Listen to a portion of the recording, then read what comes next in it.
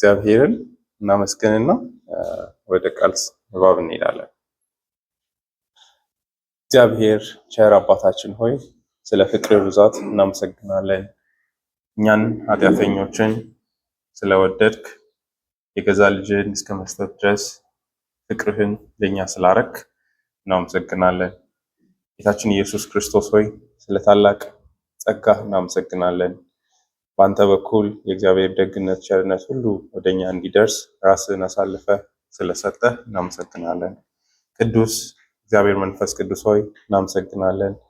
ከዚህ አምላክ ጋር ህብረት እንድናረግ በክርስቶስ ኢየሱስ በኩል አንድነት እንዲኖረን በእኛ ውስጥ ለማደር ስላልተጸየፍከን ምንም እንኳ የተዋረድን ደግሞ እርኩስ ሰዎች ብንሆንም በዚህ ቆሻሻ በሆነ ልብ ውስጥ ለመግባት ስላልተጸየፍክ በልጁ በክርስቶስ ኢየሱስ በማደር በእኛም ውስጥ በማደር አንድነትን ስላመጣ ለእኛ ለሰጠኸው ህብረት ከዚህ አምላክ ጋር እናመሰግናለን።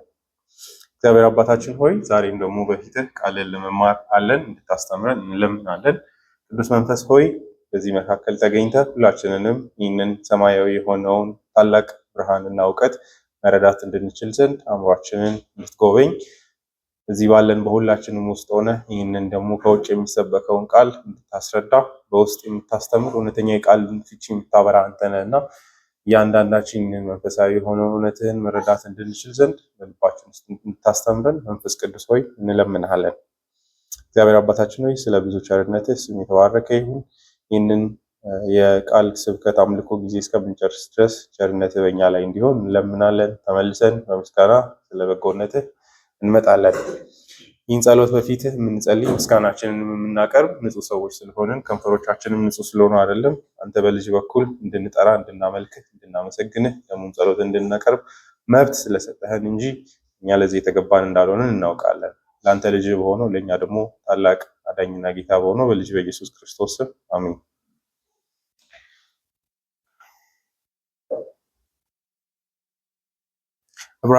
ዕብራውያን መልእክት ምዕራፍ 4 ከቁጥር 14 እስከ 16 ድረስ እናነባለን። እንግዲህ ወደ ሰማያት ያረገ ታላቅ ሊቀ ካህናት የእግዚአብሔር ልጅ ኢየሱስ ስላለን እምነታችንን አጥብቀን እንያዝ። በድካማችን የማይራራልን ሊቀ ካህናት የለንምና፣ ነገር ግን እንደኛ በማንኛውም ነገር የተፈተነ ሊቀ ካህናት አለን። ይሁን እንጂ ምንም ኃጢአት አልሰራም። እንግዲህ ምሕረትን እንድንቀበልና በሚያስፈልገንም ጊዜ የሚረዳን ጸጋ እንድናገኝ ወደ ጸጋው ዙፋን በእምነት እንቅረብ። እንግዲህ ዕብራውያን መልእክት ወደዚህ ቁጥሮች ደርሰናል። ሁላችንም ከሞላ ጎደል በአእምሯችን የምናውቀው ክፍል ሊሆን ይችላል ብዬ አስባለሁ። ልባችን ውስጥ የሚኖር ጥቅስ ነው ብዬ እቆጥራለሁ። በእውነት ወንጌል ለተረዳን እንግዲህ ጸሐፊው ስለ ምዕራፍ ወደዚህኛው ቁጥሮች ከመንደርደሩ በፊት አንድ ትኩረት ሰጥቶ እንግዲህ ምዕራፍ 3 መግቢያ ላይ ስለ ክህነት ደግሞ ምዕራፍ 2 መጨረሻ ላይም ስለ ክህነት አንስቶ ነበረ። መሀል ላይ ቆም አድርጎ እንግዲህ እንደምታውቁት የዕብራውያን ጸሐፊ በየመሃሉ እያቆመ ይቆጣና ወይ ደግሞ ይገስጽና በወንጌሉ በኩል ተመልሶ ወደ ወንጌሉን ወደ ማስረዳት ይሄዳል።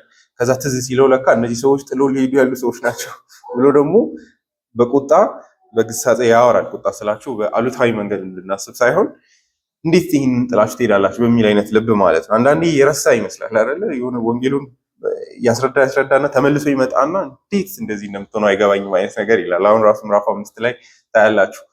መሀል ላይ ብሬክ ያደረገውና ስለ ኢየሱስ እንደ መልከ ጸድቅ አይነት ካህን እንደሆነ ይናገርና ግን በጣም ያሳዝናል። ዳተኞች ስለሆናችሁ ብዙ የምናወራው አለ ግን ማውራት አልቻልንም ይልና በዛ ደግሞ ቁጣውን ብዙ ካወራ በኋላ ተመልሶ ምዕራፍ 7 ላይ ያንኑ ጥቅስ ያነሳልና ውስጥ ያለውም ሳይኮሎጂካል ውጥረት እኛም ይገባናል ብዬ አስባለሁ።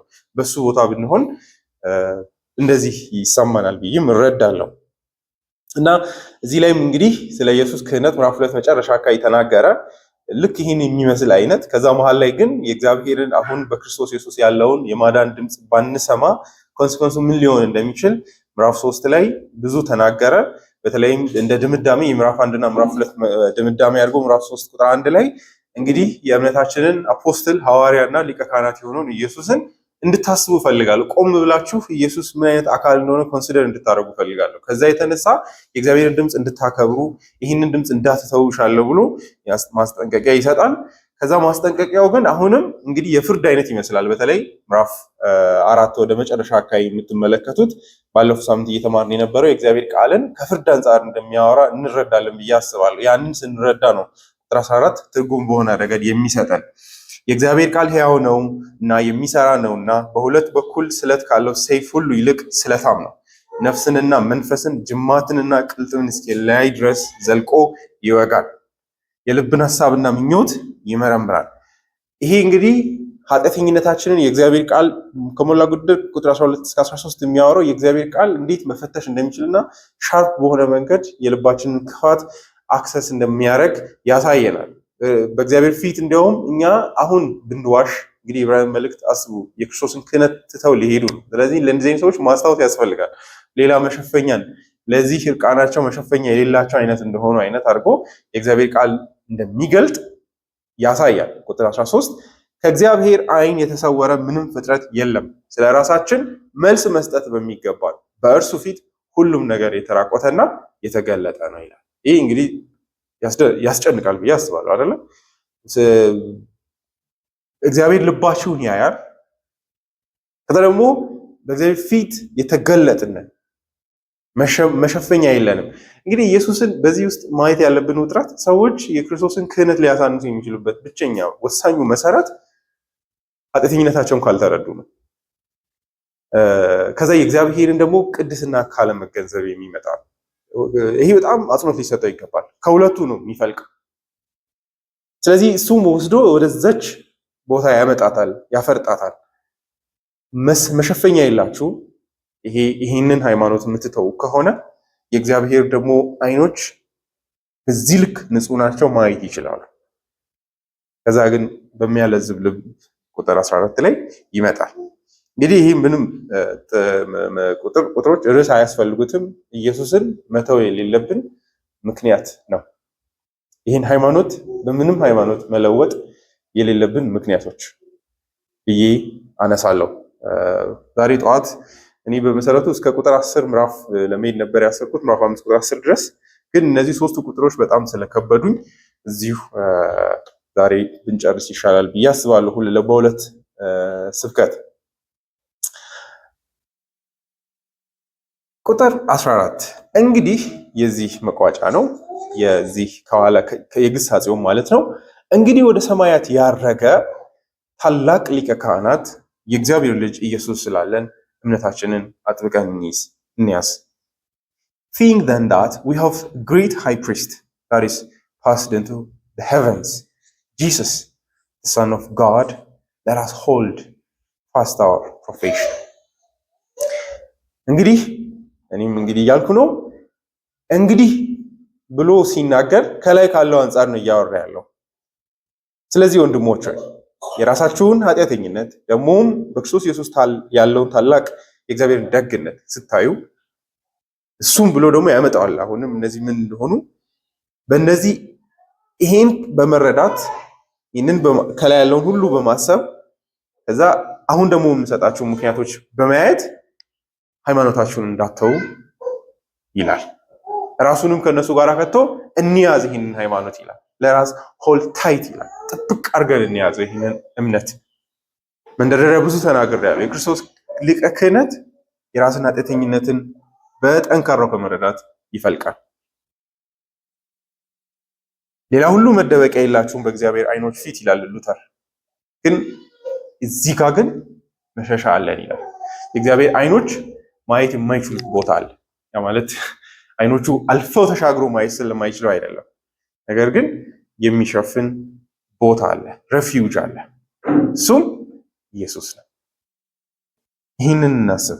በእነዚህ ቁጥሮች ውስጥ ሶስት ነገሮችን ያነሳል። እነሱን እናያለን። የኃጢአት ክብደት ለማይገባው ሰው ስለ ኢየሱስ ክህነት ማውራት ብዙም ዋጋ የለውም። የኢየሱስን ክህነት ዋጋ እንድንረዳ ወሳኝ መረዳት ያለብን ቅድምም እንዳልኩት አልፍ እያልኩ ሁለት ወሳኝ ነገሮች ናቸው። እነሱም የራስን ኃጢአተኝነት ረዳት አልባ የሆነ እውነታን መመልከት፣ የእግዚአብሔርን ደግሞ ልናመልጥ የማንችላቸውን አይኖችና የፍርድ ክንዱን ማየት። ያን ካየን ግን ይሄ ሃይማኖት ከየትኛውም ሃይማኖት ይልቅ ብልጫ አለው። የትኛውም ሃይማኖት እግዚአብሔር የራሳችሁን ኃጢአተኝነት ክብደት ከተረዳን እና የእግዚአብሔርን ቅድስና ከተረዳን ሬስኪው የሚያደርግ ሃይማኖት የለም፣ እምነት የለም። ገርማችሁ የሚያስጥል ተስፋ የሚሆን ሃይማኖት አናገኝ። አንዳንዴ በወንጌል ስብከትም ላይ ትልቁ ጥፋት ለሰዎች ምንም ችግር ሳይናገሩ ኢየሱስ ይወድሃል የሚለው ደግሞ ኢየሱስ አዳኝ ነው የሚለው ገብቷችኋል? ላይትሊ ይወስዱታል። እንደዛ ሲባል ምን እያላችሁ እንደሆነም ላይገባቸው ይችላል አይደል? አንዳንዱ ከበሽታ መዳን አድርጎ ሊቆጥር ይችላል፣ ከጭንቀት መትረፍ አይደል? ወንድሜ ደስታ ትፈልጋለህ? ኢየሱስ ደስታ ይሰጣል። በጣም ሞኝነት አይደል? በመሰረቱ የህይወታችን ትልቁ ችግር የኔ ፐርሰናሊ ደስታ ማጣት አይደል? እኔ ደስታ አጣጣው ደበረኝ አልደበረኝ ይቶል ቼንጅ ቲንግ አንድ ሌላ አካል አለ ደስተኛ ያልሆነ አይደል? ያንን ማሳየት ያስፈልጋል ነው። ልክ ሮሜ መጽሐፍ ነው ጳውሎስ ለዛ ነው ብዙ ሰዓቱን የሚጨርሰው ስለ ኢየሱስ ተንደርድሮ በሩጫ ከማውራት ይልቅ ምዕራፍ 1:2-3 ላይ በተለምዶ እንደምናውቀው የሰው ልጅን ፓተር የሆነ አስፈሪ የሆነ እውነታን ያሳያል። ያንን ሰው በደንብ ውስጡ እስኪሰርጽ ድረስ ካላረግን ኢየሱስ ይህን ያደረገልህ የሚለው ዋጋ የሌለው መልእክት ሆኖ መሰማቱ አይቀርም።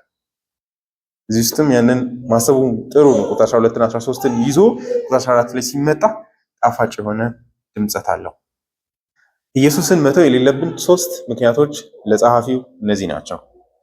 አንደኛው ሊቀ ካህናት ስለሆነ።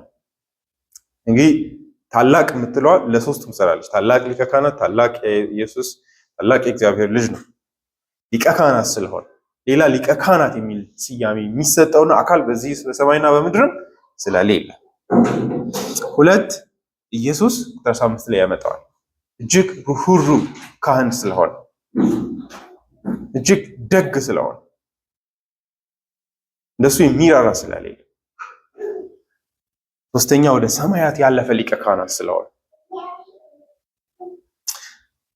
እነዚህ ነገሮች በአግባቡ ከተረዳን ይህንን ሃይማኖት መቼም አንተው እና እነዚህ 3ቱ ነገሮች ደግሞ በትክክል ካልመጡልን በጣም ቀላል ነው ይህንን ሃይማኖት በሌላ ሃይማኖት ኤክስቼንጅ ማድረግ። ሃይማኖት ስላችሁ ሩቅ ነገር እንዳታስቡ። ያው ሳብትል በሆነ መንገድ ማለት ሃይማኖት እንዳለ ታውቃላችሁ በክርስትና ስም።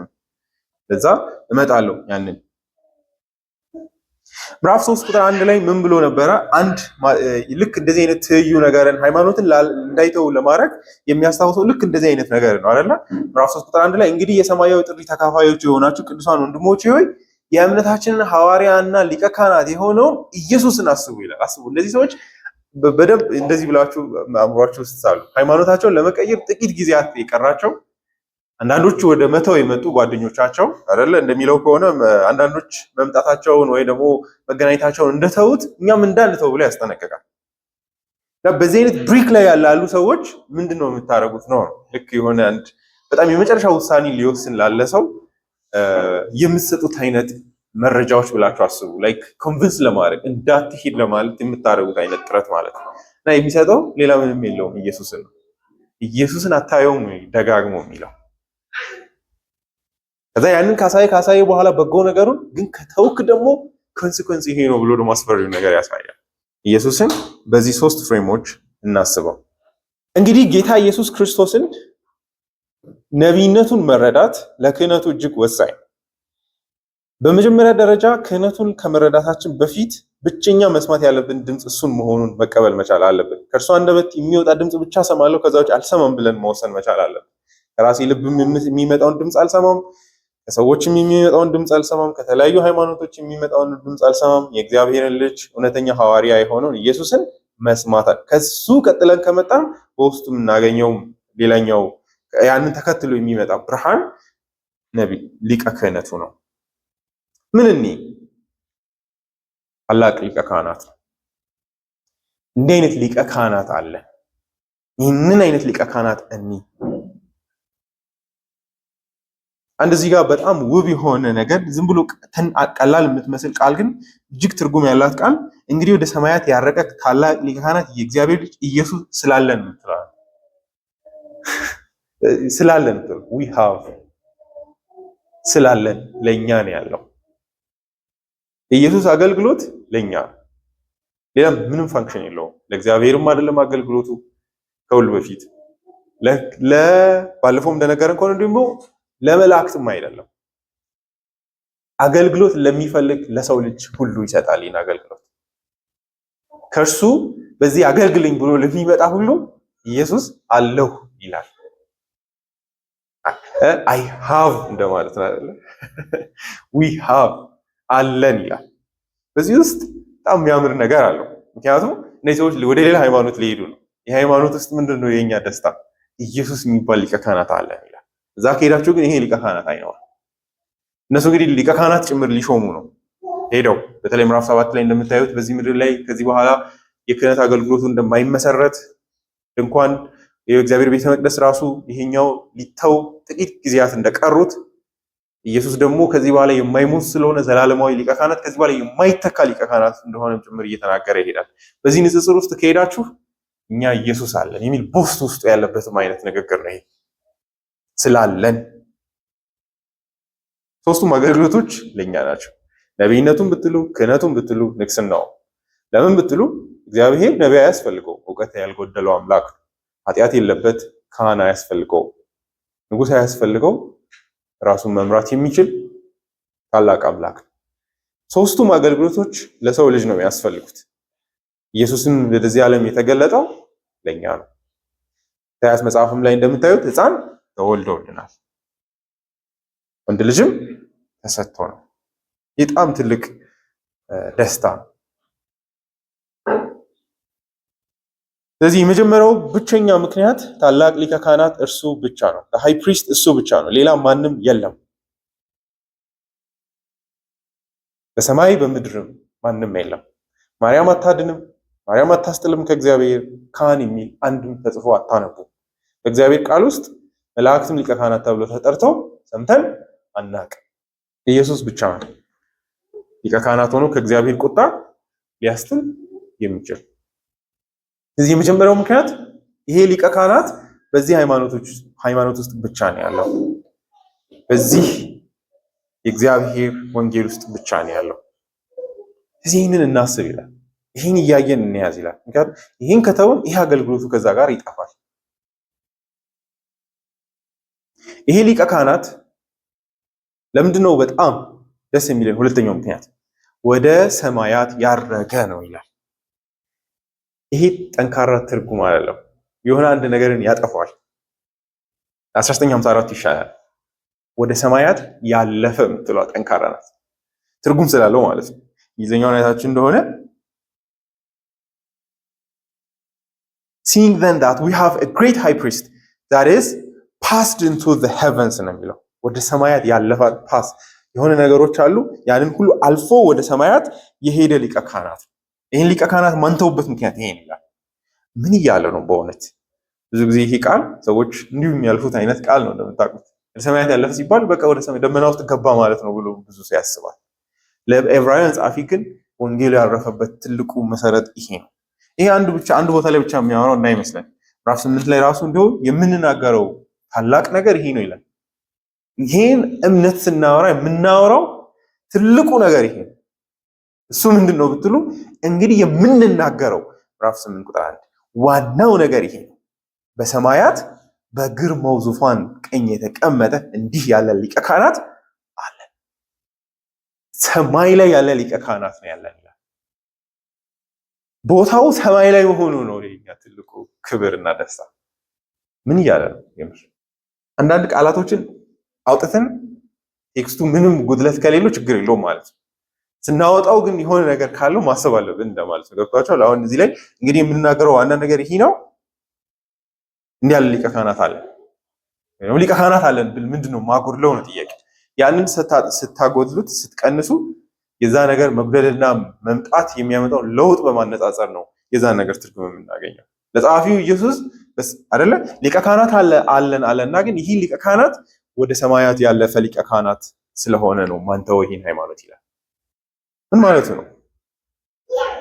ቀላል ነው እውነቱን ለመናገር ያው ፕሬስ ማድረግ ጥሩ ስለሆነ ነው። በእርግጥ እያወራ ያለው ስለ ብሉይ ኪዳን የቤተ መቅደሱ ስርዓት ነው። እንደምታውቁት ወደ ቅድስተ ቅዱሳን ለመግባት መጋረጃዎችን አልፈው ይሄዳሉ አይደለ? በመጀመሪያዊቱ ድንኳን ውስጥ ለተወሰነ ጊዜ በአመት 2 ጊዜ ያህል ሊገቡ ይችላሉ። የመጨረሻውን ቅድስተ ቅዱሳን ግን ሶስተኛውን በአመት 1 ጊዜ አንድ ሰው ብቻ ነው የሚገባው። የነገሩን ክብደት እንድታዩ ማለት ነው። ያንን ጸሐፊው ከዚህ ውስጥ ብዙ ቴዎሎጂካል እውነቶችን ያወጣል። እግዚአብሔር ቢፈቅድ ከኖርን እዛው ስንደርስ እናያለን። ምዕራፍ 9 ላይ እንደዚህ ይላል። አላንብበው ግን የመጀመሪያው ኪዳን የአምልኮ ስርዓትና ምድራዊ መቅደስ ነበረው። የመጀመሪያው ኪዳን የአምልኮ ስርዓትና ምድራዊ መቅደስ ነበረው። ምድር ላይ ነው የነበረው። አይታችኋል? ሰማይ ምድር የሚለውን ንጽጽር እንድናገኝ ብዬ ነው። ምድር ላይ ነው የነበረው ቤተ መቅደሱ። እንደምታውቁት በእስራኤል ሕዝብ መካከል ድንኳን ተተክሎ ነበር።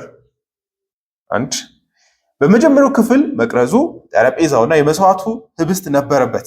ይህም ስፍራ ቅድስት ይባላል። የመጀመሪያው ከሁለተኛው መጋረጃ በስተኋላ እዚህ በሩ ጋር አስቡ። የመጀመሪያው ላይ ምን አለ? በመጀመሪያው ክፍል መቅረዙ፣ ጠረጴዛውና መስዋዕቱ ህብስት ነበረበት። ይህም ስፍራ ቅድስት ይባላል። ይሄ ራሱ ቅዱስ ነው፣ ሆሊ ነው። ሁለተኛው መጋረጃ በስተኋላ ቅድስተ ቅዱሳን የተባለ ክፍል ነበረ፣ ሆሊስት ኦፍ ሆሊ የሚባል። በዚያም ውስጥ የወርቅ ማዕጠንትና በወርቅ የተለበጠው የኪዳኑ ታቦት ነበሩ። ይህም ታቦትና መና ያለበትን የወርቅ መሶብ፣ የለመለመችውን የአሮንን በትርና ኪዳኑ የተጻፈበት ጽላት ይዟል።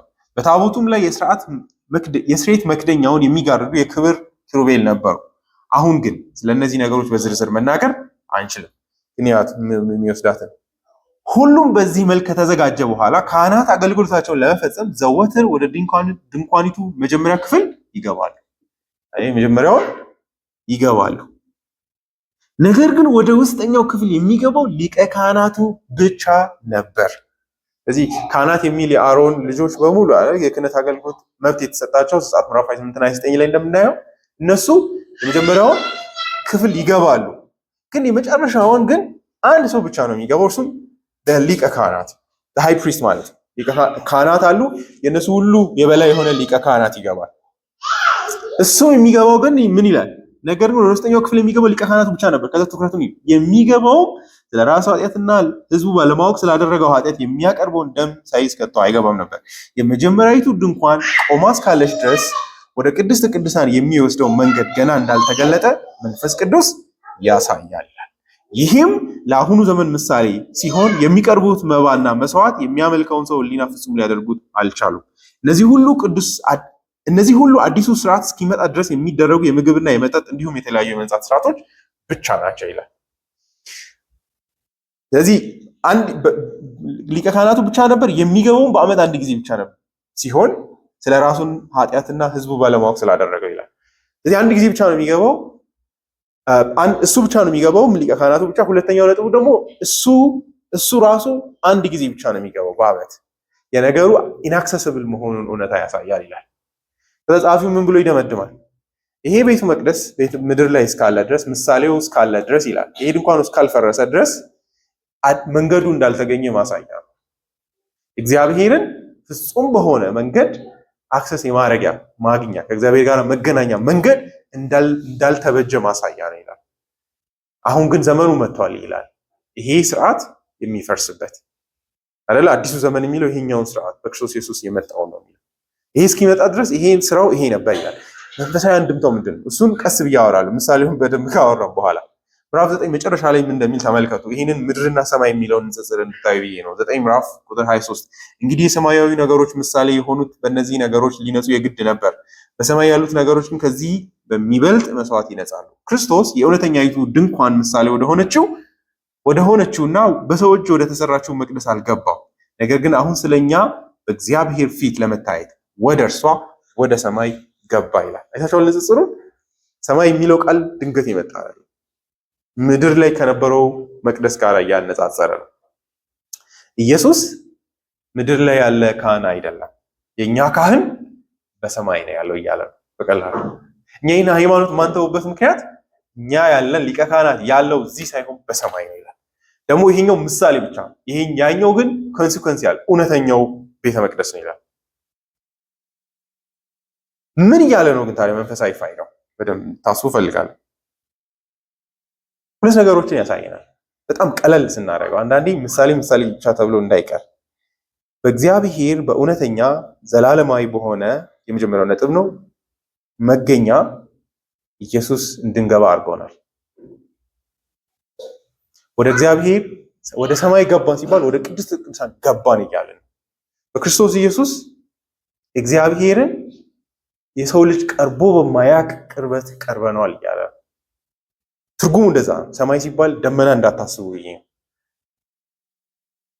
ከእግዚአብሔር ጋር ከመገናኘት አንጻርና እግዚአብሔር የሰው ልጅን ከሚያይበት ፍቅርና ደግነት ደግሞ መሰጠት አንጻር ብትካያችሁ እግዚአብሔር ወደ ራሱ ዲፐስት ወደ ሆነው ጓዳ በክርስቶስ ኢየሱስ ኢንቫይት አድርጓል የሰው ልጆች። እባካችሁ ሰማይ የሚለው አንዱ ችግር መሰላችሁ አውቀዋለሁ የሚል ነው። ሰማይ ሲባል አውቀዋል ይገባኛል ይባልና ትደፍኑታላችሁ። እንደዛ እንዳታስቡ፣ ሪፍሌክት አድርጉ የምር ምን ማለት እንደሆነ። የሆነ የተለየ ጋፕ አለ ልላችሁ አይደለም፣ ግን የሆነ በደንብ ማሰብ አለብን። ኢየሱስ ወደ ሰማያት ገባ ስንል ስለ ስፔስ አይደለም የምናወራው፣ ስለ ቦታ ርቀት አይደለም የምናወራው። ያን ስላችሁ በመኪና እንዲነድች የምደርስበት ቦታ አይነት ማለት አይደለም። እግዚአብሔር ለእግዚአብሔር ማሰብ ይሄ እንግዲህ ረስት የሚያደርገው ስለ እግዚአብሔር በምናስበው መረዳትም ላይ ነው። ምን ማለት ነው? በደንብ እንድንረዳ እንደምታውቁት ዘፍጥረት መጽሐፍ ላይ አዳም ራሱ ወደ ቅድስተ ቅዱሳን አልገባም። ያንን በጣም መረዳት ያስፈልጋል። ብዙ ጊዜ በኃጢአት ምክንያት ከእግዚአብሔር ጋር ባለው ትስስር አዳም ወደቀና ከእግዚአብሔር ለየን እንላለን አይደለ? የለየው ከቅድስተ ቅዱሳን አይነት የህይወት ትስስር አይደለም የለየን፣ ተፈጥሯዊ ከሆነ ከእግዚአብሔር ጋር ካለ ትስስር ነው። እግዚአብሔር በኪዳኑ ደግሞ አዳምን ወዴት ሊወስደው ነው ሐሳቡ? ወደ ቅድስተ ቅዱሳን ሊያስገባው። ለምንድን ነው እንደዛ ምንለው? በደንብ አስቡ። ዘፍጥረት መጽሐፍ ላይ ቤተ መቅደስ ነው የኤደን ገነት እንደምታዩት መሀል ላይ ነው አይደለ ያለው ይላል አይደለ? የህይወት ዛፍ በኤደን ገነት መካከል ሴንተር ላይ ነው ያለው ይላል። በኋላ ቤተ መቅደሱ ሲሰራ እንዴት ነው የተሰራው? በእስራኤል ህዝብ መካከል ሴንተር ላይ ነው የተሰራው። ከዛ በዛው መጨረሻ ሴንተሩ ላይ ምን አለ? የህይወት ዛፍና ከዛ ክፉና ደጉን የምታስታውቅ ዛፍ። አዳም ምን እየተባለ ብትሉ አሁን በተፈጥሯዊ መንገድ ፍጥረት ሁሉ ያንተ ነው። ዛፍ፣ ማንጎ፣ ኤቭሪቲንግ ሰጥቻለሁ። ግን የምትታዘዘኝ ከሆነ ኦቢዲየንት ከሆንክ ደግሞ ከዚህ ካለህ ክብር ወደ ላቀ ክብር እወስድሃለሁ፣ አስጠጋሃለሁ። እንደው በቀላል ቋንቋ ወደ ዘላለማዊ ህይወት አስገባሃለሁ። እሱም ደግሞ የተመሰለው በምንድን ነው? ጆን ሁለት ካቴኪዝሞች አሉት። እዛ ላይ ሲያወራ ምን ይላል? ልክ የህይወት ዛፍ የሚታይ ዛፍ ነው፣ ግን ምሳሌ ነው ይላል። ልክ አሁን ጌታ እራትን እኛ እንደምንበል የሚታይ ነገር ነው አይደለ? ልክ እንደዛ ዛፉ የሚታይ ነበር ይላል። ፕሮሚሱ ምንድን ነው ብትሉ በዚህ የህይወት ዛፍ እንደተመሰለ ብትታዘዘኝ በዚህ ዛፍ ወደ ተመሰለ ህይወት እወስድሃለሁ፣ ከኔ ጋራ ኮሚዩን ወደምታደርግበት። ምን አይነት ነው አናውቀውም። በጣም እጅግ ግሎሪስ ሊሆን እንደሚችል እንገምታለን። ያ ማለት መሰላችሁ ሰዎች መጋረጃ ሲያረጉ ምን እያሏችሁ ነው? መታየት አልፈልግም እያሉ ነው አይደለ? መሸፈን የሆነ ህይወትን እንድታዩ አልፈልግም ወይ ደግሞ you don't belong ወደዚህ ህይወት ለመመልከት የሚል ነው። እግዚአብሔርም እነዛ መጋረጃዎችን ሲደረድር ምን እያደረገ ነው ብትሉ በዚህ ኃጢአትህ ልትጠጋኝ አትችልም የሚል ነው። እኔ ንጽጽሩን ደግሞ ወዴት እየወሰድኩ ነው? ተፈጥሯዊ በሆነ መንገድ ራሱ ተፈጥሯዊ የሆነው ሰው አዳም የአይነት ክብር አልነበረውም። ከዛ በኃጢአት ምክንያት ደግሞ ሌላ መጋረጃ ምን ተደረገ? ከዛውም ትስስር ምን ተደረገ? ወጣ አይደለ? የኤደን ገነት በሩ ተዘጋበት። አንድ የህይወት ስቴጅ ነው የምናየው። ከአንዱ ክብርም ወደ ሌላ ውርደት ነው የተዋረደው። ልክ ቤተ መቅደሱ እንደዚህ አይነት ኔቸር አለው። በኋላ ሲሰራ እንዴት የተሰራው? ማን ነው ቆሞ ሰይፍ ይዞ ይከለከለው ወደ ህይወት ዛፍ እንዳይገባ? ወደዛ ገብቶ እንዳይበላ መላእክቶቹ ናቸው። ልክ ቤተ መቅደሱም ሲሰራ ደግሞ ምን ነበሩ? ኪሩቤሎች ነበሩ፣ ሸፍነው ማለት በእግዚአብሔር ፊት። ቤተ መቅደሱም የምታልፏቸው በሮች አሏቸው፣ መጋረጃዎች አሏቸው። ይሄ ደግሞ መንፈሳዊ ምሳሌው ምንድነው ብትሉ የሰው ልጅን እግዚአብሔር ከኃጢአት የተነሳ ደግሞ ከአዳም ውድቀት የተነሳ በሁለት እጥፍ አርቆታል ነው። ይህም ደግሞ መንፈሳዊ በሆነ መንገድ እንውሰድ ካልን ሰማይ ከምድር የሚርቅ ያህል ከኃጢአት የተነሳ ከእግዚአብሔር ርቀን ያለ ነው። ከእግዚአብሔር ሕይወት ርቀን ያለ ነው። አሁን እየኖርን ያለነው ሕይወት ሞት ነው ልንል እንችላለን። ብዙ ጊዜ ሰዎች እግዚአብሔርን አለማየት ምን አይነት ትልቅ ቅጣት እንደሆነ አያውቁም አይደለ? ምግብ ከበሉና ውሃ ከጠጡ ሕይወት ነው ብሎ ነው የሚያስቡት። ብዙ ህዝብ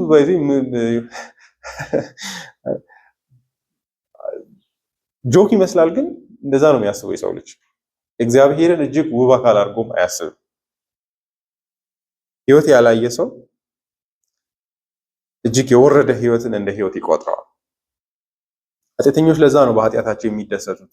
ሐዋርያው ጳውሎስ ኤፌሶን ምዕራፍ 4 ላይ የሚናገረው እሱን ነው። አእምሯቸው ስለጨለመ ከእግዚአብሔር ሕይወት ስለራቁ በዚህ አይነት ርኩሰት ይኖራሉ ይላል። they don't know the life of God ይላል። ምንም እግዚአብሔርን ማወቅና ከእርሱ ጋር ዘላለማዊ ሕይወት መኖር ማለት ምን ማለት እንደሆነ ራሱ አይታሰብም። እንዲያውም እግዚአብሔርን ማጣት ምን ማለት እንደሆነ የምናውቀው ዳግም ልደት ስንወለድ ነው። እግዚአብሔር ማየት ውብ አካል እንደሆነ። ለኃጢአተኛ ሰው እግዚአብሔር ቦሪንግ አካል ምን ብሎ በቃ ይዞ ጠፍሮ የሚያስጨንቅ ካልዘመርክ እያለ አይደለ ካልጸለይክ እያለ የሚያስጨንቅ እግዚአብሔርን እንደምንም በትንሽ 3 ደቂቃ ውስጥ ጨርሼ ወደ ሕይወት ልሂድ ዋናው ሕይወት እዚህ ጋር ነው ይላል። ገብቷቸዋል? ለምን ብትሉ እግዚአብሔር ይህን ያህል ልብን የሚማርክ ውበት ያለው አይነት አምላክ አይደለም። ዳዊትን በደንብ መረዳት ያለብን ለዛ ነው እያስባለሁ። መዝሙር 27 ላይ ሲያወራ ምን ይላል? እግዚአብሔርን አንዲትን ነገር እለምነዋለሁ፣ እርሷንም እጅግ እሻለሁ፣ እሱም በእግዚአብሔር ቤት እሆን ዘንድ፣ በቤተ መቅደሱ እገኝ ዘንድ፣ ውበቱንም አይ ዘንድ ይላል። God is so beautiful። እግዚአብሔር አንድ ነገር በህይወት ውስጥ ቢሰጠኝ ምለምነው እግዚአብሔርን ይሄንን ነው። ተቀምጬ ውበቱን ላይ እፈልጋለሁ፣ ያንን ማሰብ ይላል። እግዚአብሔር አዳምንም እያለ ያለው እሱን ነበር፣ ወደ ሥላሴ ህብረት ለማስገባት ማለት ነው። አምላክ ወደ ማረቅ አዳምን ባያመጣውም እንኳን በዛ የፍቅር ህይወት ውስጥ ኢንቫይት ሊያደርገው አዳም I will honor you with this glory፣ በዚህ የህይወት ተድላ አስቀምጣለሁ የሚል ፕሮሚስ ነበር። እንግዲህ በክርስቶስ ኢየሱስ እኛ ወዴት እንሄድ ነው? በእግዚአብሔር ቀኝ የተቀመጠ ነው ይላል አይደለ? ወደዛ ሰማያዊ ህብረት ነው የመጣው። ጳውሎስ ራሱ ያንን በህይወት በሚል ቃል አይደለም የሚጠቅሰው። ቆላሲስ መጽሐፍ ላይ ምን ይላል? ምዕራፍ 3 ላይ ሰማይ ውስጥ መሆንን ሲያወራ ሲስተማቲክ በሆነ መንገድ እንድታስቡ ብዬ ነው። ምዕራፍ 3 ላይ ይላል እንግዲህ ከክርስቶስ ጋር ከተነሳችሁ ክርስቶስ በእግዚአብሔር ቀኝ በተቀመጠበት በላይ ያሉ ነገሮችን እሹ። ስለ ቦታ አይደለም የሚያወራው፣ ስለ ትስስር ነው የሚያወራው። ሐሳባችሁም በላይ ባለው እንጂ በምድራዊ ነገር ላይ አይሁን። ምንድነው ሰማያዊው ነገር? ምድራዊ እርሶ ሞታችኋልና ሕይወታችሁም ከክርስቶስ ጋር በእግዚአብሔር ዘንድ ተሰውሯልና ሕይወታችሁ የሆነው ክርስቶስ በሚገለጥበት ጊዜ እናንተም በዚያን ጊዜ ከእርሱ ጋር በክብር ትገለጣል። ሂስ ዩር ላይፍ ነው የሚለው። በእውነቱ እንደዛ እኛ ምን አይነት ሊቀ ካህናት ነው ያለን? በሰማያት ያለፈ ሊቀ ካህናት አለ። we are sure አንድ ቀን እኛም ወደዛ እንደምንገባ እርግጠኞች ነን። የእሱን ክህነት እንቀበል እንደሆነ ወደዚያ አንድ ቀን በሙላት እንደርሳለን። አሁን ብጣሹን ነው የነካነው። ምንም አልነካነውም ብንል ፌር ነው ህይወትን። እንደውም ህይወት ከመሆን ይልቅ ለአማኞች we see it's death እዚህ መኖር። እንደውም ሐዋርያው ጳውሎስ ለዛ ነው አይደለ ሰማያዊ ህይወትን ሲገልጽ ከሁሉ የሚሻል ምንድን ነው ብትሉ ይላል መሄድ ከክርስቶስ ጋር መኖር ይላል። ህይወት ከተባለ ስያሜ የሚሰጠው እሱ ነው ይላል። የትም ቦታ ከመገኘት ይሻላል ይላል አይደለ? ይሄድ ከእርሱ ጋር ልኖር ናፍቃል ከሁሉ የሚሻል ነው ይላል። በሞቱ ወደ አንድ ስቴፕ እንቀርባለን፣ በዘላለማዊ ደግሞ ታላቁ ቀን በሙላት እንገባለን። የዕብራውያን መልእክትን በደንብ አሁን ሙሉ ላስረዳቸው አልሞክርም፣ እንድታስቡ እንፈልጋለሁ። ሪፍሌክት እንድታረጉ እንዲሁ ዝም ብሎ የሚሰጥ ወደ ውስጥ የሚገባ ነገር ነው ያላስብ። ዕብራውያን መልእክት ምዕራፍ 10 ላይ ተመልከቱ በክርስቶስ ኢየሱስ ወደዚህ ህይወት መምጣትን ጸሐፊው እንዴት እንደሚናገር። ወደ ሰማያት መግባት ማለት ይሄ ነው። ምዕራፍ 10 ቁጥር 19 እኔ በጣም ከምወዳቸው ጥቅሶች ውስጥ አንዱ ነው።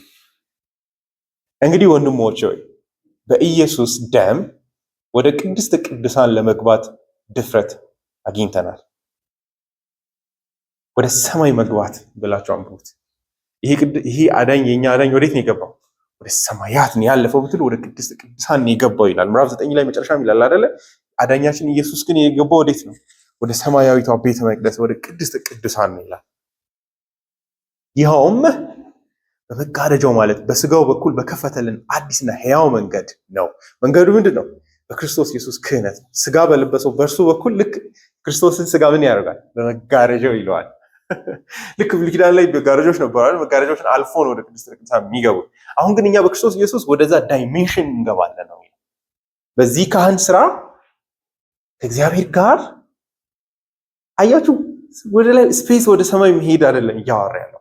ከእግዚአብሔር ጋር ያለን ህይወት በክርስቶስ ኢየሱስ ፍጹም ወደዚህ አይነት ዘላለማዊ እውነታ ይቀየራል። በእርሱ ሰውነት በመጋረጃው በኩል በከፈተልን አዲስ እግዚአብሔር አዲስ መጋረጃ ነው የከፈተው። በዚህ በኩል ግቡ ብሎ ማለት ነው። እግዚአብሔር በልጁ በኩል በከፈተልን በዚህ ሕያው መንገድ በዚህ በልጁ ስጋ በኩል በመጋረጃው ማለት በስጋው በኩል በከፈተልን አዲስና ሕያው መንገድ ነው። ወደፊት የሚኖር ህይወት ነው። ተጠንቀቁ። የዘላለም ህይወትን ኤዘር በመንፈስ ቅዱስ አሁኑኑ ራሱ እያጣጣምን ነው፣ ካልሆነ ደግሞ ከውጭ በር ላይ ነን ያለ ነው። ለዛ ነው አንደርስታንድ ማናረገው ሰው አደጋ። በእግዚአብሔር ቤት የተሾመ ታላቅ ሊቀ ካህናት ስላለን ከክፉ ሕሊና ለመንጻት ልባችንን ተረጭተን ሰውነታችንን በንጹህ ውሃ ታጥበን በእውነተኛ ልብና በሙሉ እምነት ወደ እግዚአብሔር እንቅረብ። አሁን በክርስቶስ ኢየሱስ ወደ እግዚአብሔር መቅረብ ይቻላል። እግዚአብሔርን ሩቅ አያደርገውም። አይገርም? በክርስቶስ ኢየሱስ እዚሁ እውነታው አለ። ህይወቱ የዘላለማዊ ህይወት በመሰረቱ ምዕራፍ 4 መጨረሻ ላይ የምናነበው እሱን ነው። ወደ ጸጋው ዙፋን በእምነት እንቅረብ ይላል። how can we do that? እንዴት? ጸሐፊው እግዚአብሔር ሩቅ እንዳልሆነ ያምናል። በክርስቶስ ኢየሱስ በኩል የእግዚአብሔር ዙፋን እጅግ ቅርብ ነው። አይናችሁን ስትጨፍኑ ስትጸልዩ you are in the midst of the throne of God። አይገርማችሁ? ይሄ የሆነ ሩቅ ሆናችሁ ሰማይ ላይ ላለ አካል በቴሌፎን እየጮኻችሁ እያስተላለፋችሁ አይደለም፣ እናንተ ራሳችሁ ትገባላችሁ ነው የሚለው። ስለዚህ ጻፊው ምን ያለ ነው? በሰማያት ያለፈ ሊቀ ካህናት አለን፣ በእርሱ በኩል እኛም ወደዛ ማለፍ ችለናል። እኛ ለዚህ ነው ይህን ሃይማኖት ማንተው ይላል። እናንተም ጥብቅ አድርጋችሁ ያዙ፣ ምክንያቱም እኛ ሊቀ ካህን ወደዚህ ያለፈ ነው። በዚህ ውስጥ ደግሞ ሁለተኛው ነጥብ በውጥረት ቴንሽን ይላል አንድ የእግዚአብሔር ሰው ሰማያዊ ህይወትን ጫፉን አግኝተናል እንደማለት ነው ይላል።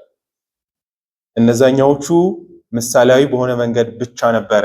ከነዓንም ምድር ብትሉ ሌሎችም አይደል፣ እኛ ወደ ከነዓን ምድር አይደለም የገባ ነው በክርስቶስ ኢየሱስ ወደ ሰማያት ያለፈ ነው። ያ ማለት የኛም የህይወት እውነታ በዛ የተወሰነ ነው። ለምንድን ነው እንደዛ ብለን የምናወራው?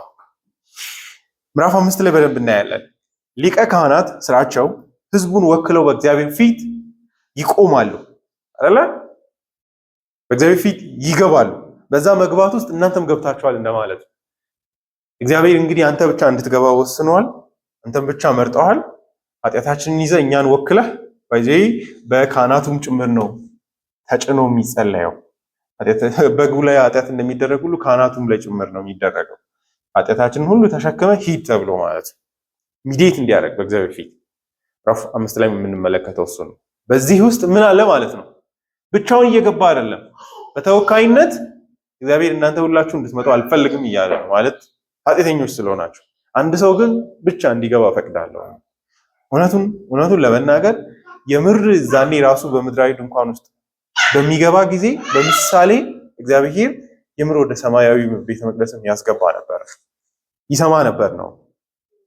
እኛ ደግሞ በምሳሌ ባልሆነ መንገድ ያለፈ ሊቀ ካህናት አለን። ኢየሱስ አሁን ወደዛ ዘላለማዊ ህይወት ገብቷል። እንደ መካከለኛ የኛ አዳኝ ሆኖ ማለት ነው።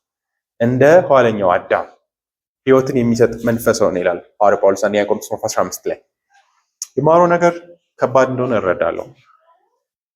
አላቀለውም። እኔም ስለማላቀለው ነው። እኔ አእምሮ ውስብስብ ነው ብዬ ሳይሆን እጅግ የከበረ ታላቅ ነገር እንደሆነ አውቃለሁ። እንድታስቡ ግን ልስጣችሁ እነዚህን እውነቶች። ኢየሱስ ያንን ህይወት ወስዷል። አሁን በሆነ እውነታ ይዞት ነው ያለው፣ እየኖረም ነው ያለው። ለኛ ነው ግን የሚኖረው፣ እየጠበቀንም ነው ያለው። ይህን አዳኝ መተው ማለት ያንን ሰማያዊ ህይወት ትስስር ማቋረጥ እንደማለት ነው። ሰማይ ይቅርብኝ ብላችሁ ያንን ወይ ዘላለማዊ ህይወት አሁን በክርስቶስ ኢየሱስ እውን ሆኖ ያለው ቆላሲስ ላይ ጳውሎስ እንደሚናገር እሱ ዘንድ እውን ሆኖ አለ። እሱ ሲገለጥ እኛም በሙላት እንገባበታለን። ይህንን የምትተው ከሆነ ይህን ካህን የምትተው ከሆነ ከዚህ ተስፋ ጋርም ጭምር ነው የምትቆራረጡት እያለ ነው። ከዛ ሶስተኛው ነጥብ እንግዲህ እኛ ታላቅ ሊቀ ካህናት አለን። ሁለተኛው ነጥብ ደግሞ በሰማያት ያለፈ ሊቀ ካህናት ነው አለን። በሶስተኛ ደረጃ ምንድን ነው ይላል? ይህ ታላቅ ሊቀ ካህናት የእግዚአብሔር ልጅ ነው ይላል። ይሄ ለጸሐፊው በጣም ወሳኝ አንዱ ምክንያት ነው። እንግሊዝኛው በተለይ አማርኛው ቦርደር ያሳያል፣ እንግሊዝኛው በደንብ ያሳያል። seeing that we have a great high priest that is passed into heavens እኛ እንዲህ አይነት ሊቀ ካህናት እንዳለን በማየት አንደኛው ምክንያት ነው። ስለዚህ ቅድም ብያቸዋለሁ፣ እዚህ ሃይማኖት ውስጥ ብቻ ነው ሊቀ ካህናት ያለው። ሌላ ሃይማኖት ሁሉ ውስጥ ተስፋ የለም። ከኢየሱስ በስተቀር ሌላ ከእግዚአብሔር ጋር ሊያስጠጋን የሚችል ሌላ ሊቀ ካህናት የለም አለ። ይህ ሊቀ ካህናት ሌላኛው ብልጫው ወደ ሰማያት ያለፈ ሊቀ ካህናት ነው አለ። በዚህም እኛም መግባት አለን ወደ አብ በእርሱ ምክንያት። በዚህ እኛ ራሱ እንገባለን ወደ ሰማይ ጸሎት ስንጸልይ ወደ እግዚአብሔር ልብ እንደርሳለን። ሶስተኛው ጂሰስ the son of God ይላል። የእግዚአብሔር ልጅ ኢየሱስ ስላለን ይላል። ምንድነው ይሄ ነገር የሚጨምርልን? ጸሐፊው ለምንድነው ኢየሱስ ክርስቶስ ስላለን እነዚህ ሶስት ነገሮችን በመያዝ እንዳተው ይላል። ይሄን እምነታችንን አጥብቀን እንያዝ ይላል።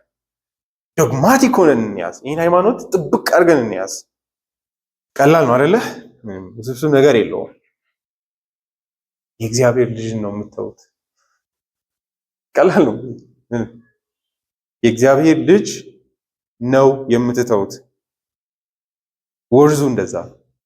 እናንተ ዝም ብሎ ቤተ መቅደስ መቀየር ሊመስላችሁ ይችላል፣ ወይ ደግሞ እንደውም ወደ እውነተኛ ሃይማኖት መመለስ ሊመስላችሁ ይችላል። ወደ ይሁዲነት መሄድ፣ ወደዛ ቤተ መቅደስ ስርዓቱ መሄድ፣ በጎቹን ወደ መሰዋት መመለስ፣ ክህነቱን መጀመር፣ እንዲህ ወደ አባቶቻችን አምላክ ነው የምንሄደው ልትሉ ይሆናል።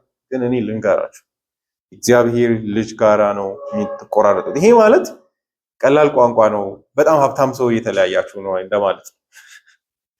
በጣም እጅግ ወሳኝ ሰው እየተለያያችሁ ነው። ካህን ብቻ መሆኑን አትዩ። ወደ ሰማያት ያለፈ መሆኑን ብቻ አትዩ። is the son of God ነው።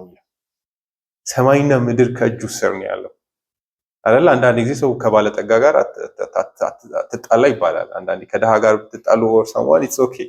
ግን አንዳንድ ወሳኝ የሆኑ ሰዎች አሉ ህይወታችንን ዲፋይን የሚያደርጉ አይደል? ቀስ ብለን ነው የምንራመደው እንደዚህ አይነት ሰዎች ጋር አንዳፈራቸው። ትንሽዬ ኢንተረስት ሲኖረን ማለት አይደል?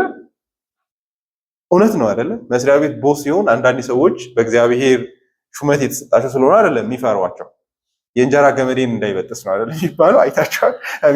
the thing ያን አካል እንዳይተው የሚያደርጋቸውና ፍርሃት ውስጥ የሚከታቸው የአካል ያለው ስልጣንና ህይወታቸው ላይ ሊያመጣ የሚችለው ኮንሲኩዌንስ ነው። አስቡ፣ እናንተ የምትለያዩት ይሄን ኮንፌሽን ትታችሁ ብትሄዱ የእግዚአብሔር ልጅ ነው የምታዩት። የእግዚአብሔር ልጅ ደግሞ ምን አይነት ባለጠጋ እንደሆነ እየተናገረ ቆይቷል አይደለም? ምዕራፍ 1 ላይ ሁሉን ወራሽ ባደረገው ዓለማቱን ሁሉ በፈጠረበት በልጁ ተናገረኝ ይላል። ድምፁን እንዳትንቁ ደግሞ ክህነቱን እንዳትተው፣ ምክንያቱም he is great። በጣም ዮሐንስ ወንጌል ላይ ራሱ ይላል አይደለ? እኔ በእግዚአብሔር ቤት የእርሱ የአባቴ ልጅ ነኝ፣ ከፈለኩ አርነት ላወጣ እችላለሁ አይደለ? ልጁ አርነት የሚያወጣው ነፃ ያወጣል። አልፈልግም ካለ ተዘጋ። አይገርማችሁ? በሰማይና ምድር በእጆቹ ስር ነው ያለው። ህይወታችሁን የያዘው እሱ ነው። ይህን ሰው አልፈልግም በመንግስቴ ውስጥ ካለ ደን ትንፋሹ በቂ ነው። ብዙ ረጅም ማውራት አይኖርበትም። ስልጣኑ እስከዛ ነው። so don't mess with him ነው እያለ ያለው። ይሄ ማስፈራሪያም ጭምር ነው። የእግዚአብሔር ልጅ ነው። ኢንታይትልመንቱ በእግዚአብሔር ቤት ምዕራፍ 3 ላይ ነግሮናል። ሙሴ በቤቱ እንዳገልጋይ ነው፣ እርሱ ግን በቤቱ እንደ ልጅ ነው። እንደፈለገ ማድረግ ይችላል። ኢየሱስ ቅዱስ አይደለም፣ ዝም ብሎ እንደውም የሚቆጣ ዝም ብሎ ቅድስና የሌለው ነው ማለት እንዳይመስለን። እንደዛ አይደለም። ሂስ በጣም ተንደር ጀንትል ራይቸስ የሆነ አዳኝ ነው። ዝም ብሎ የሚያንባርቅ አካል አይደለም። ዝም ብሎ ደግሞ አንዳንዶች ጉልበቱን ለማሳየት ብቻ ብሎ እንደ ሀብታሞችም የሚያጎሳቁልም አይደለም። አንዳንድ ገብቷቸዋል። ስልጣን ሰዎች እንደዚህ አይነት አዳኝ አይደለም። ግን ደግሞ የምንሳፈጠውም አካል አይደለም። የእግዚአብሔር ልጅ ነው።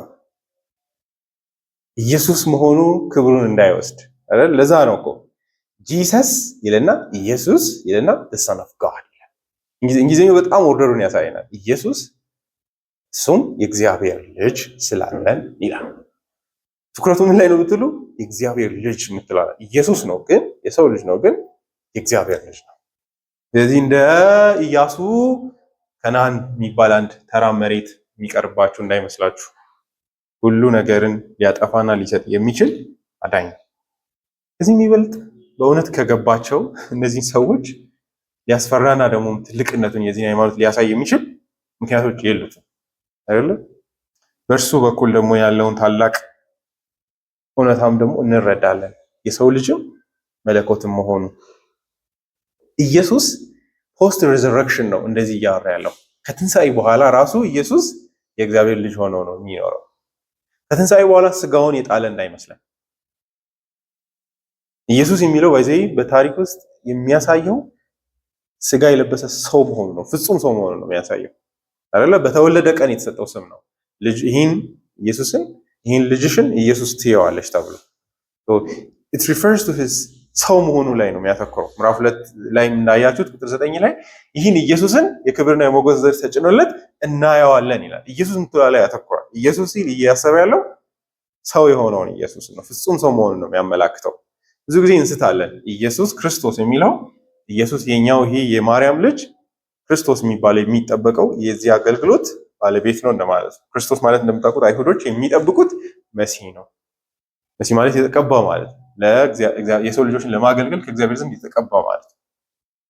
ይህ የኛ ኢየሱስ ክርስቶስ ነው። ከዚህ በኋላ ሌላ ክርስቶስ አጠብቁ። እነዚህን የተባሉትን አገልግሎቶች ሁሉ የሚከውን እርሱ ነው እንደማለት ነው። ኢየሱስ የምትለው ሰው መሆኑ።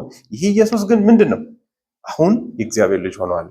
ክህነቱ በዚህ የተመሰረተው በእነዚህ ሁለት እውነታዎችም ላይ ኢየሱስ ስጋውን ቀንጥሮ ቢጥለው ያንን ተፈጥሮ ቢያስወግድ ህይወታችን ያበቃል። ከእግዚአብሔር ጋር ያለን ትስስርም ተስፋ ይለው ከትንሣኤ በኋላ ራሱ ማለት ነው። ምክንያቱም ቁጥር 5 ላይ የሚያሳየን ኢየሱስ አሁንም ስጋ ለብሶ እንዳለ። ስለዚህ በክርስቶስ ውስጥ ስጋና አምላክም በሆነው ቁጥር 15ን አልነካም፣ ከሰዓት ነው የምናየው። በክርስቶስ ውስጥ ያለው ሌላኛው የተወሸቀው የእግዚአብሔር ልጅ መሆኑን አወራሁኝ። ሁለተኛው ነገር ደግሞ ከእግዚአብሔር ጋር ህብረት የማድረግ ቃልም ስጋ በሆነው በእርሱ በኩል እውነተኛ በሆነው ቤተ መቅደስ ከእግዚአብሔር ጋር የመታሰሰርን ተስፋውን ጭምር ነው የምናጣው። አሁን እግዚአብሔር ቤተ መቅደስ የለውም። ለምን? ክህነቱ እንደቆመ ሁሉ ቤተ መቅደሱ ፈርሷል። ለምንድን ነው የፈረሰው? አሁን እውነተኛው ቤተ መቅደስ ኢየሱስ ስለሆነ ጳውሎስ እንደሚል አይደለ? በሰውና በእግዚአብሔር መካከል አንድ ሰው የሆነ መካከለኛ ኢየሱስ አለ ይላል። ኢዝ ሚዲየተር። መንፈሳዊ በሆነ መንገድ ባይታየንም በክርስቶስ ኢየሱስ በኩል ከእግዚአብሔር ጋር ህብረት እናደርጋለን። ቤተ መቅደስ ስራው ምንድን ነው? ሰዎች ቤተ መቅደስ የሚሄዱት ለምንድን ነው? ጌታ ኢየሱስ ምንድን ነው ያለው ወንጌል ላይ ሲያወራ? ቤቴ የጸሎት ቤት the place of prayer፣ ከእግዚአብሔር ጋር ሰዎች መጥተው የሚያወሩበት ቦታ ነው። አሁን ከእግዚአብሔር ጋር ሰዎች የሚያወሩበት ቤተ መቅደስ እኔ ነኝ። ይህን ቤተ መቅደስ ከፈለጋችሁ ማፍረስ ትችላላችሁ ይላቸዋል። ዮሐንስ ወንጌል ምዕራፍ 2 ላይ እንደዛ ያለ ይህን ብታጠፉ ችግር የለውም። አሁን አያስፈልጋችሁም። ለአይሁዳውያን ይሄ ኢንሰልት ነው ታውቃላችሁ። እኛ ስንት ዓመት የለፋነውን ቤተ መቅደስ አፍርሱ ብሎ እንትን ይላል። እኔ ደግሞ በሶስተኛው ቀን መልሼ እሰራዋለሁ ይላል። እንዴ በኋላ ራሱ ክስ ነው በመስቀል ላይ ሲሞት የቀረበው ሰው። ግን ክርስቶስ በመስቀሉ ምንድን ያደረገው? እውነትም ያንን አሮጌውን ቤተ መቅደስ ፈርሷል። ስራው አብቅቷል። መንፈሳዊ በሆነ መንገድ ዝም ብሎ ቆሞ ነው ያለው። እዚህ ምዕራፍ 9 ላይ እንደሚል ቆሞ ሳለ እንደሚል እዚህ ጋር ዝም ብሎ ቆሞ አለ። በእርግጥ እግዚአብሔር ዲስፔንሴሽኑን ሰባኛው ኢዲ ላይ እስከሚያፈርሰው ድረስ ቤተ መቅደሱ ኖሯል። ግን ክርስቲያኖች ኦልሬዲ ከዛ ወጥተው ከእግዚአብሔር ጋር በዘላለማዊና በእውነተኛው ቤተ መቅደስና እምነት በኩል እግዚአብሔርን ማምለክ ጀምረዋል። እግዚአብሔር ራሱ እሱም በምልክት አሳይቷል አይደለ? ቤተ መቅደሱ ከላይ ወደ ታች ምንድን ነው የሆነው? ሞመንት የእግዚአብሔር ኢቭን ሞመንቱ ኢየሱስ ከመሰቀሉ ከ10 ቀን ቀድሞ ቢቀደድ ምንም አታገናኙ።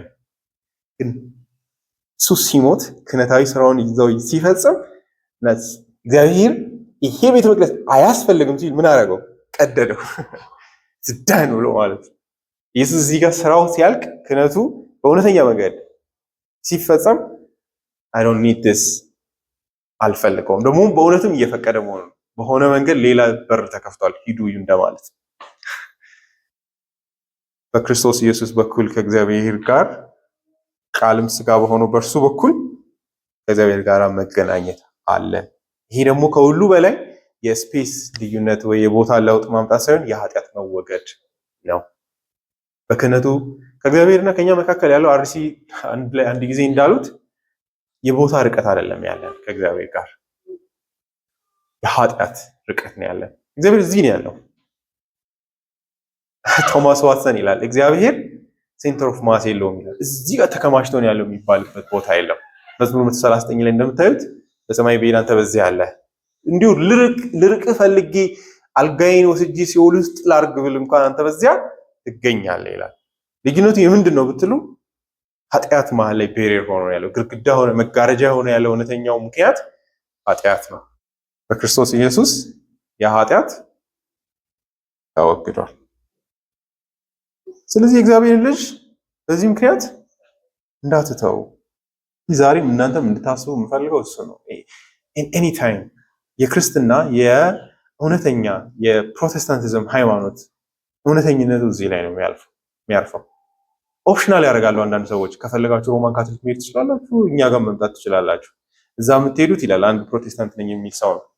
እዛም ከፈለጋችሁ የጌታ ራስ ስርዓቱ በጣም ከፕሮቴስታንቲዝም ይልቅ ጫን ያለ ነው፣ እዛም ማግኘት ትችላላችሁ። እዚህ ጋር ከመጣችሁ ደግሞ የቃል ስብከቱ ጫን ያለ ነው፣ እሱን ትጠቀማላችሁ። ብቻ እንደ ኢንተረስታችሁ ደስ ያላችሁን ቤት ውስጥ ትገቡና አንዱ ቤት ትመርጣላችሁ ከክፍሎች ውስጥ ይባላል። ኢስተርን ኦርቶዶክሲም እንደዚህ።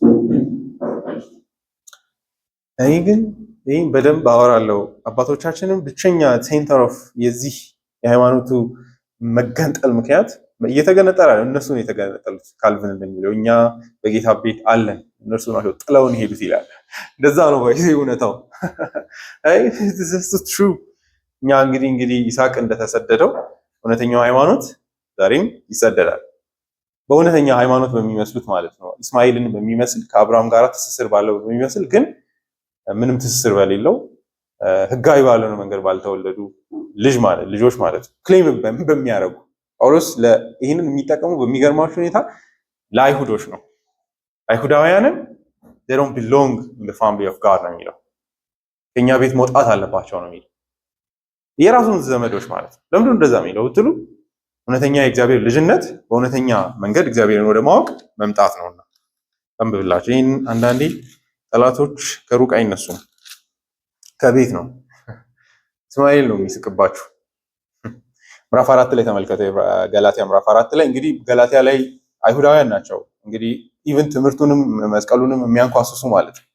ህጉን እንደሚሻላችሁ እያሉ ማለት ምዕራፍ 4 ቁጥር 24 እንግዲህ እንደውም ከላይ ላንብብላችሁ የጳውሎስን ሪቶሪካል በሆነ መንገድ የሚያወራው እናንተ ከኦሪት ህግ በታች ለመኖር የምትሹ እንደዚህ አይነት ሰዎች አሉ። አያችሁ ዲስፐንሴሽኑ ልክ እንደ ዕብራውያን መልእክት አሁን ወደዛው እንመለስ የሚሉ ማለት ነው። ያኛው ሙሉ ነው፣ የኛ የተሻለ ነው፣ ህጉ ይሻላል፣ በጸጋ እያለን እንዳንጠፋ፣ ኢየሱስ እያለን አንድ ሰው ይዘን እንዳንጠፋ፣ እንደዚህ አይነት እናንተ ከኦሪት ህግ በታች ለመኖር የምትሹ እዛው ሰዎች አሉ። የገዛ ሃይማኖታቸው እስቲ ንገሩ፣ ህግ ምን እንደሚል አልሰማችሁምን? ህጉ ምን ይላል? እውነተኛ ደም ከሌላችሁ ከዚህ ቤት ውጡ ነው የሚለው ህጉ። የክርስቶስ ክህነት መተው ማለት በዚህ በህግ መዳን እንችላለሁ፣ አይ ዊል ትራይ ሞክራለሁ እንደማለት ነው። ህግ ምን እንደሚል አልሰማችሁምን? እንግዲህ ዘፍጥረት መጽሐፍንም እንደ ህግ እየቆጠረው በሆነ ረገድ አብርሃም አንዱ ከባሪያይቱ ሌላው ደግሞ ከነጻይቱ ሴት የሆኑ 2 ልጆች እንደነበሩት ተጽፏልና ባሪያ ከነበረችው ሴት የተገኘው ልጅ እንደ ስጋ ልማድ ነበር። ከነጻይቱ ሴት የተወለደው ግን በተስፋው ቃል መሰረት ነው። ውለታቸውን አይታችሁ ከሆነ ራሳቸው እግዚአብሔርን መጠበቅ ስላቃታቸው የፈጠሩት ልጅ ነው።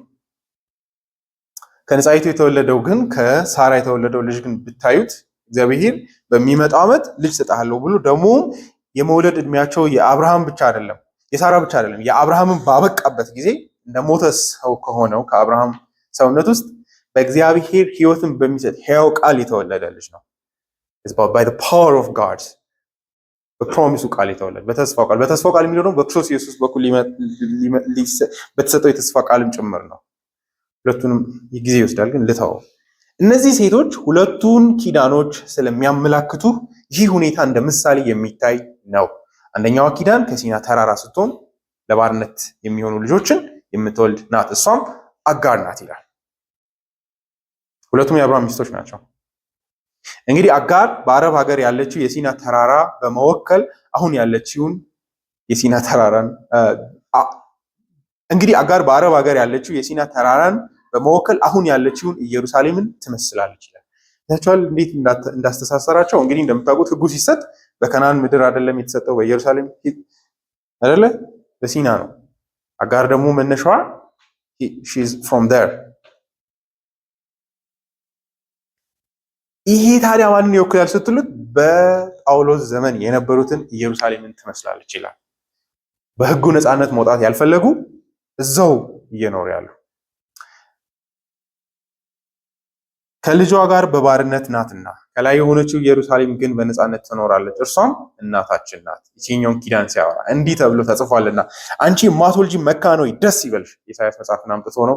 አንቺ አምጠሽ የማታውቂ በእልልታ ጩሂ። ሳራ እንደምታውቁት ባል ካላት ይልቅ የብቸኛይቱ ልጆች በዝተዋልና። እቺ ቤተክርስቲያን ደካማ ብትመስልም እንደዚህ ናት በእግዚአብሔር ፊት። 24 እንግዲህ ወንድሞች ሆይ 28 እናንተም እንደ ይስሐቅ የተስፋው ቃል ልጆች ናችሁ። በዚያን ጊዜ እንደ ሥጋ ልማድ የተወለደው ልጅ በመንፈስ ኃይል የተወለደውን አሳደደው። አሁንም እንደዚያ ነው። ነገር ግን መጽሐፍ ምን ይላል? ባሪያይቱን ከልጇ ጋር አስወግዳት፣ የባሪያይቱን ልጅ ከነጻይቱ ልጅ ጋር አይወርስምና ይላል። ስለዚህ ወንድሞች ሆይ እኛ የነጻይቱ እንጂ የባሪያይቱ ልጆች አይደለንም። ክርስቶስ ነፃ ያወጣን በነፃነት እንድንኖር ነው። ስለዚህ ጸንታችሁ ቁሙ። ከዕብራውያን መልእክት ጋር እንድታስቡ ይሄ ነው። ዳግመኛም በባርነት ቀንበር አትጠመዱ የምለውን አስተውሉ። ትገረዙ ዘንድ ብትፈልጉ ክርስቶስ ፈጽሞ ለእናንተ እንደማይበጃችሁ እኔ ጳውሎስ እነግራችኋለሁ። እዚህም ላይ ኮንክሉዥን ይሄ ነው። ኢየሱስ ሊቀ ካህናት ነው። ወደ ሰማያት ያለፈ ካህን ነው። ኢየሱስ የእግዚአብሔር ልጅ ነው። በሱ በኩል ህብረት ማድረግ አለን፣ ቃልም ስጋ በሆነው። ይህን ሃይማኖታችን አጥብቀን እንያዝ። ካልሆነስ እነዚህ ሶስቱም ነገሮች አይኖሩንም ነው። እንደምታውቁት ከዚህ ሃይማኖት ውጭ ሌላው ሁሉ ሊቀ ክህነትን አይወድም በሚባል ደረጃ አያወሩም። ኢቭን እንዲሁም ይከሳሉ። እግዚአብሔርን አስፈሪ አምላክ አድርገው ይስላሉ ተብሎ ማለት ነው። ኢየሱስ ደግሞ እውነትም ሊቀ ክህነቱ ከእግዚአብሔር አስፈሪነት ጋር የተገናኘ ነው። ኃጢአትን የሚወስድ የእግዚአብሔርን ቁጣ ከኛ የወሰደልን እዚህ እውነታ ጋር እስካልተቆራኘን ድረስ እግዚአብሔርን እናውቀዋለን ማለት አንችልም። ሊቀ ክህነቱን የሚጸየፍ በጓዳው እንኳን ትንሽዬ የሚሳለቅ ካለ ተስፋ የለውም ማለት እንችላለን። ገብታችኋል? ኢየሱስ የእግዚአብሔርን ቁጣ ወሰደ የሚለውን ኢቫንጀሊካሎች ናቸው ኮዝሚክ ቻይልድ አቢዩዝ ነው የሚሉ። ይሄ እንደዚህ አይነት እግዚአብሔርን የሆነ ዝም ብሎ በቃ የሚቆጣ የገዛ ልጁን አሳልፎ የሚሰጥ እንዴት ጨካኝ አባት ስላላችሁ ይላሉ።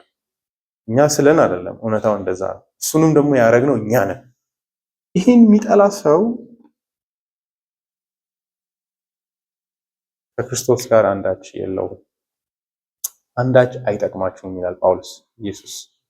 ኢየሱስን መተው ሩቅ ነገር አይደለም አይደለ? ጸሐፊው እዚህ ላይ ጳውሎስም እንደሚያሳይ እኔ ወይ ኢየሱስን ወይ ምረጡ ወይ ሕግን ምረጡ ነው የሚለው። ሁለት ኦፕሽኖች ናቸው ያሉት። መሀል ላይ ራሱ ሌላ ደጅ የለም ነው። ወይ በክርስቶስ ውስጥ ሆናችሁ እውነትም እየተቀደሰ ሕይወት ትኖራላችሁ፣ ግን ኢየሱስ ላይ ጨምሬ እንደዚህ ይኖራለሁ የምትሉ ከሆነ ምን አለ አይደለ? ሮማን ካቶሊኮች ጋር አሁን ችግር የለም የሚሉ ሰዎች ይሄ ነው የሚያስደንቀው። እምነት ሲደመር ስራ ችግር የለውም ይላሉ። የኢትዮጵያ ተዋህዶ ብትሆንም እንደዛው ማለት ነው። ወደዚህ መፍራት መጀመራችን አሳዛኝ ነው በእውነቱ። ማለት ሰው በዝቶ አሁን ጭራሽ ይህንን እንኳን ማለትን እንጨነቃለን። ኢየሱስ ሊቀ ካህናት አይደለም። ከሰዓትም አወራለሁ ለነሱ ፍርዳኛ ነው ብለው በግልጽ ይናገራሉ። እኔ believe that እንዴት ነው የምናቃልለው ነው ኢየሱስን አይ ልጅሽ አስፈሪ ስለሆነ ልጅሽና ማልጅልን የሚሉ ሰዎች በክርስቶስ ክህነት ስላላመኑ ነው። ሌላ ምን ትርጉም አለ? ቀላል እኮ ነው። ኢየሱስ ደግ አይደለም፣ በጣም ጨካኝ ሊሆን ይችላል፣ ሊያስጠጋንም አስፈሪ ነው። ስለዚህ እሷ ደግሞ እሱ ልጇ ስለሆነ ስለወለደችው በዛች በኩል ቀዳዳ ይኖረው ይሆናል፣ ስስ ብልት ይኖረው ይሆናል። እናቱ ስትለው ይሰማል። በሷ በኩል ብንሄድ አይሻልም? ክህነቱን ምልጃውን ለሷ ብንሰጥ። እንደዚህ የሚል ማንም ከእግዚአብሔር ጋር አንዳች የለውም። ምክንያቱም ወደ እግዚአብሔር መቅረቢያ ብቸኛው መንገድ በእግዚአብሔር ልጅ በኢየሱስ ክርስቶስ ስጋ በኩል ብቻ። ሊቀ ካህናት ቀላል ነው። እንዲሁ አንዳንድ ድሮ የነበሩ ሰዎች ይሻላሉ፣ በቀላል ቋንቋ ነው የሚያወሩት። በሰማይና በምድር እንድንድንበት ዘንድ የተሰጠ ስም ኢየሱስ የተሰጠን ስም ነው አይልም፣ ብቸኛ ስም ነው የሚለው። እግዚአብሔር ይህንን ሃይማኖት እንዳለቅ ዝም ብሎ ኢየሱስም ያድናል ሌላውም ያድናል ሳይሆን እሱ ብቻ ነው የሚያድነው ብሎ ማመንን ማለት ነው። ለሌላ ለማንም ክብርን አለመስጠትን እግዚአብሔር ያስተምራል። አመስግነን ጌታችንን አክብረን እንጨርሳለን። እግዚአብሔር ታላቅ አምላክ ሆይ ይህንን ቅዱስ ሃይማኖት ስለገለጥክልን እናመሰግናለን። ልጅህ ኢየሱስ ክርስቶስ ሊቀ ካህናት የሆነበትን በልጅ በኩል ሰማያዊ በሆነ መንገድ ወደ ራስህ ልታስጠጋን በወደድክበት በዚህ ሃይማኖት እንድንድን ይህንን ወንጌል ስለገለጥክልን ወደኛ ህይወት ስላመጣህ እናመሰግናለን። ልጅህ ኢየሱስ ምን አይነት ክቡር ታላቅ አዳኝ እንደሆነ እንድንመለከት ብቻውን አዳኝ እንደሆነ እንድናይ ተፎካካሪ ሳይኖረው የሱ ብቻ ክብር ብቻውን ተነጥሎ አክሊል የሚደረግለት ደግሞም አክሊሎችን ሁሉ እነዛ ቅዱሳት አውጥተው በፊቱ እንዳስቀመጡት እኛም የምናስቀምጥለትን አይነት ብቻውን የከበረ አዳኝ ስላሳየኸን አንበሳም ደግሞ በፊትህ ካህን የሆነው እንደታረደ በግ ሆኖ ዘላለማዊ በሆነ ሊቀ ክህነት ወደ አንተ ዙፋን መግባት እንድንችል ዘንድ ደጅ የከፈተልንን እርሱን እንድናይ እዛ የሚንበለበለውን ሰይፍ ከገነት ደጅ አውጥቶ ወደ ህይወት ዛፍ ውስጥ ያመጣንን አዳኝ እንድናይ ብቻውን ሄዶ አንገቱን እንደ በግ በመስጠት በመሰዋት በዛ ሰይፍ ታርዶ ለኛ ደግሞ ህይወትን ዛፍ መብላት እንድንችል ዘንድ ደጁን የከፈተልንን ይህንን ቅዱስ ብቻውን የሆነውን አዳኝ ስላሳየህን እናመሰግናለን። እግዚአብሔር አባት ሆይ ለልጅ ብቻ ክብርን በመስጠት ለሱ ብቻ አክብሮትን አምልኮን በመስጠት ደግሞም ክህነቱንም በማመን በእርሱ በኩል ህይወታችን ማንም የማይነካው እንደሆነ በማየት በእምነት እንድንኖር እግዚአብሔር አባት ሆይ በአንተ ፊት ለመቆም የሚያስፈራን ኃጢአቶቻችን የሚከሱን ያለፉን ህይወቶች እየተከታተሉ የሚያስፈሩን ኃጢአቶቻችን የሚኮንኑን በየዕለቱም ደግሞ የሚጣበቁን ኃጢአቶች የሚያሳፍሩን በፊትህ ስምን ለመጥራት የምንፈራ ሁሉ የልጅህን ሊቀ ክህነት በማመን በእርሱ ተደግፈን በፊትህ መኖር የምንችልበትንም ጸጋ እንድሰጠን እንለምንሃለን። ስለዚህ ማለዳ ተመስገን። በኢየሱስ ስም አሜን።